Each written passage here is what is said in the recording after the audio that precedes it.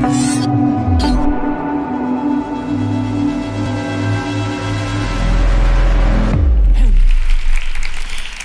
everybody, great to be here. My name is Maija Itkonen. I'm an industrial designer, I'm an entrepreneur, and I'm the CEO of the Gold&Green Foods. But lately I have been called as the Oats lady, and I will tell you why. I promised to come to talk a little bit about the aspect of design from the food development perspective. So the common understanding is that design comes to the game when everything is basically done. So that when you have done the great product, and then you actually just need some kind of package for that. You need a nice logo, how to put it on the shelves, like maybe some kind of campaign to sell the product better. Well, I would say that that is really very far from actually the core meaning of the design.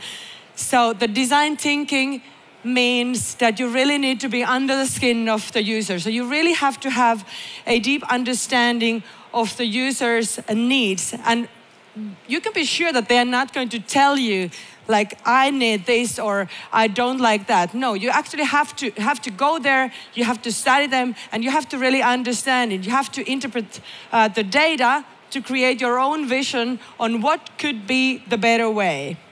And then after that, there is a big set of tools that you can use to actually create this better concept. So what I'm saying is that this is the core meaning of design in the foods, to create real value for the users.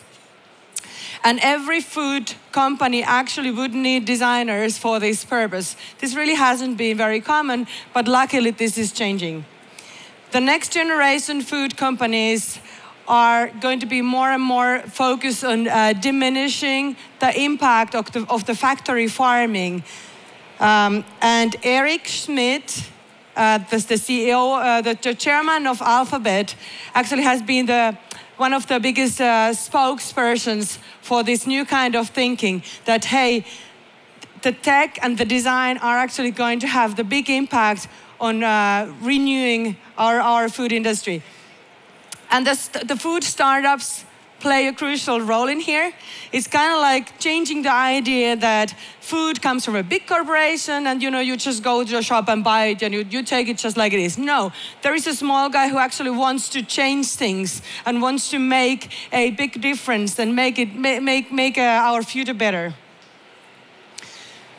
This is going to be the landscape of the future proteins. So we have laboratory grown meats, cultured meats, so that you actually don't have to farm any animals. Then you have exoproteins, the insect-based proteins, and then you have the plant proteins. And there are only few companies mentioned in here. So to be honest, it's actually like a big boom of food startups that are developing new kinds of alternative proteins all the time. And my company, Gold&Green, is definitely built on this vision that the protein is not going to come from the factory farmers in the near future anymore. Yeah, so you already heard about this, that in Finland in 2016, there's been a quite nice new thing, a phenomenon of the pulled oats, nyhtökaura. So I'm sure that the people who don't live here don't have a clue about it, but I would say it was one of the biggest things in the media this year to remember from 2016. So pulled oats is a new kind of meat alternative. It's based on oat protein, faba bean protein, and pea protein. It has a really nice fibrous structure that kind of like reminds you of meat. But also the protein quantity and quality are super high. So it has about 30% of protein. If you compare it to chicken, for example, that has about 20%. And then the protein quality is at least as good as what meat has. So it's not a big surprise that many even non-vegetarians have taken this product very eagerly. Yeah, we launched a product. Unfortunately, this is now only in Finnish, but this is like our secret in here. You can, in Finnish media, you can do whatever and nobody will recognize because you cannot read the language. But anyways, it was a really big hit. We launched a product 7 months ago and people got totally wild about it. So it was like all over the press there were reports about like it took only 15 minutes or 10 minutes or 1 minute and it didn't even get to the shelf until people caught it. And it's still the same situation. I have to say, as a CEO of this company, I am so surprised that we are still in the same situation, that people are hunting for the product. Somebody even coded an app to actually find your pulled oats package. There are Facebook groups reporting about like, I saw 5 packages in here. I bought 2 and 3 were left. So people are really like eagerly trying to help each other to find this magical product. Yeah, I mean, what more could you ask? I think this makes us really, really so happy, and we feel that we have been really, really lucky. But of course, there is something that is behind it, and it's a very good question. Why and how did it happen? Why is there suddenly one product that is so much hyped? If you think about it, there's been plant protein foods like almost forever. Well, my theory is that it goes into a crossroads of quite big megatrends, and that is the core reason. First of all, people are getting increasingly interested in the climate impact. That it's not just something that belongs to the big company and you hope that, I expect that somebody has been taking care of this. No, it's more like, I'm a mother, you know, my family cannot be a family that is eating the minced meat like 6 times a week. We are not going to survive with this. And it's actually, it's not a big wonder, because if you start looking at these things, like, for example, the traffic we see that is one of the having like a biggest impact on the climate. But at the same time, we are starting to understand that actually the factor farming has much bigger impact. At the same time, you're wasting about 6 kilos of the plant protein in order to actually produce 1 kilo of the animal protein. And also the water aspect, that like, you know, just changing one meal into a plant-based meal, you're actually saving 2,000 liters of water. So that's like 5 bathtubs. So if you just do it once a week, why not? I mean, everybody understands that, hey, you know, maybe I could also do something. I really care about these things. And that's the reason why these plant-based diets and plant-based lifestyle has been growing so intensively. Like especially the flexitarian diet, that means that you're not kind of like turning into a vegan or vegetarian even, but it's more like you're just occasionally maybe eating meat, but like you try to emphasize the meaning of the plant food in your daily lives. Well, at the same time, we have this protein boom. And the protein boom is making it even more complex, because, you know, when you go to a personal trainer, they say like, no, just go and eat the chicken and eat the quark and whatever. So it's kind of like a big contradiction. And talking about these compromises, we have been really trying to understand what kind of compromises do people have to make, and could we actually help them so that they don't have to make those tough decisions. And then the third trend has been maybe kind of quiet, is this oat boom, like oat trend. And this is originating from the fact that people are increasingly seeing that wheat is maybe not so good for your nutrition, and it could be maybe better to kind of reduce wheat. Well, oat is a superfood because it has this beta-glucan that has a very like many proven impacts on your heart health, digestions, and so on. Okay, so this is kind of like our design thinking process, that we started to think that what is the perfect protein? So the perfect protein is something that you don't actually need to make compromises.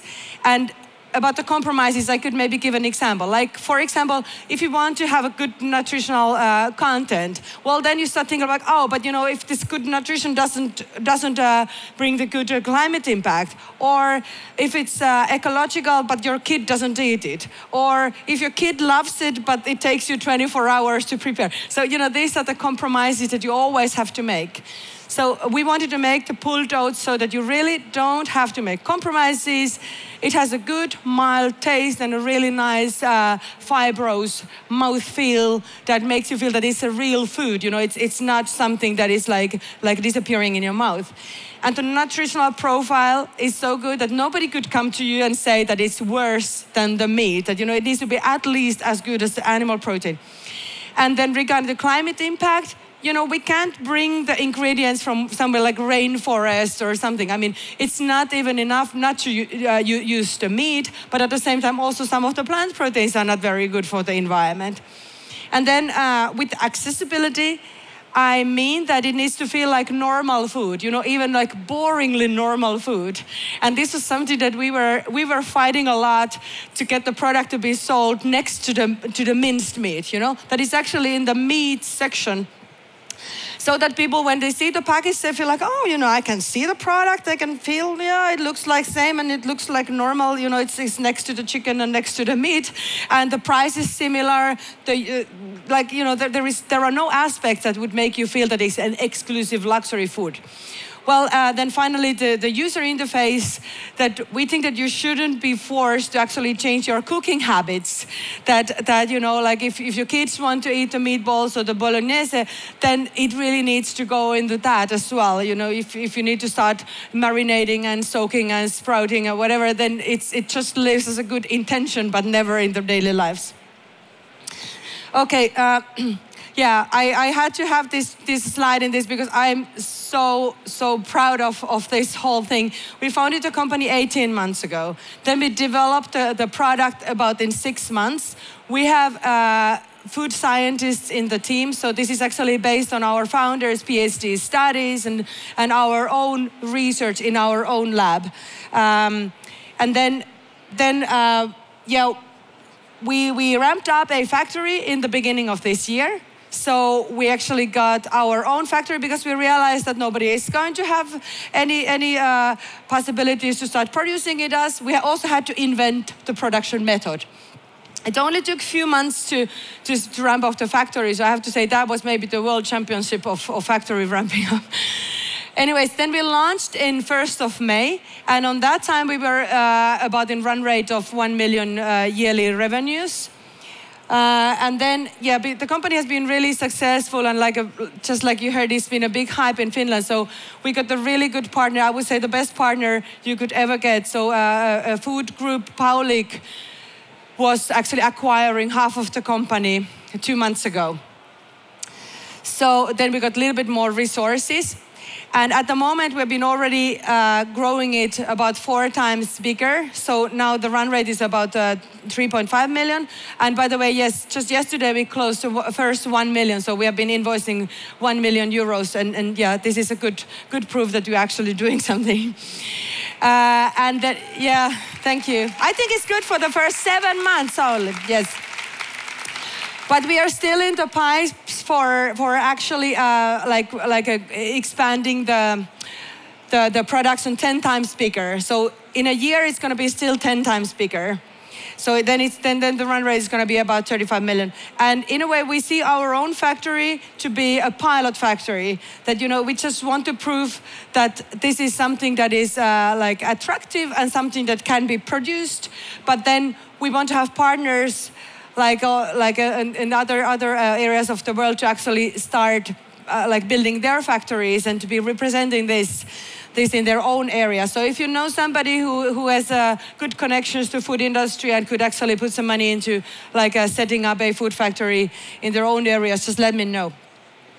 And definitely everybody's asking about why do you only sell in Finland, and wouldn't it be nice to export it? But really, honestly, there's been absolutely no chance, because my customers are calling me all the time and they're really intensively asking, how could we get more of this? So we just haven't have any capacity to actually export it yet.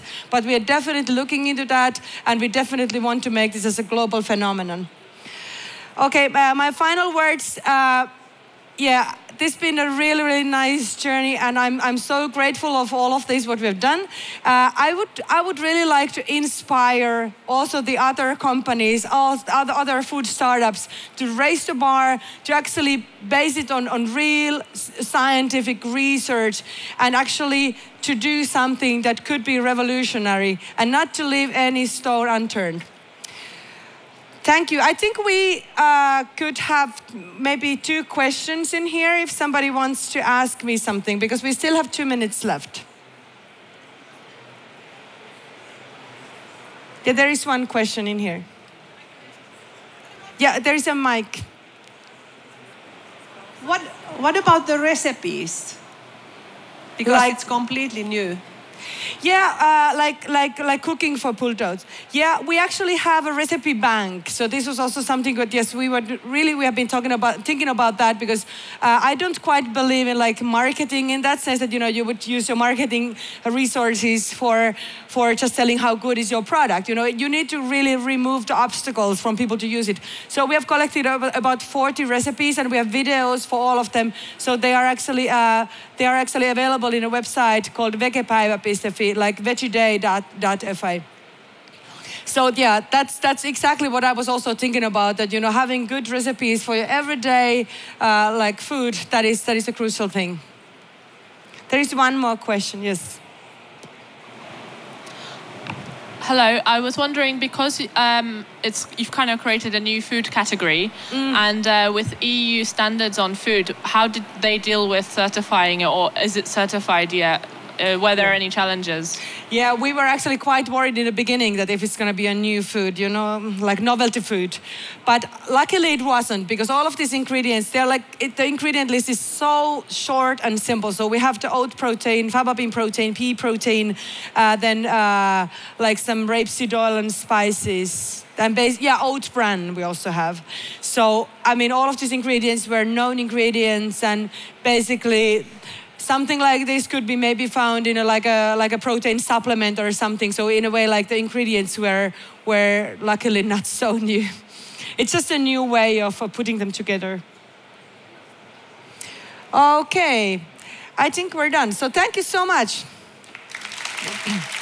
Oh, and there, by the way, yeah, one more thing. There are a couple of places where you could try pulled oats still today. I think at the Walt bar there is like a pulled oats burger or something if you want to try the product. Thank you.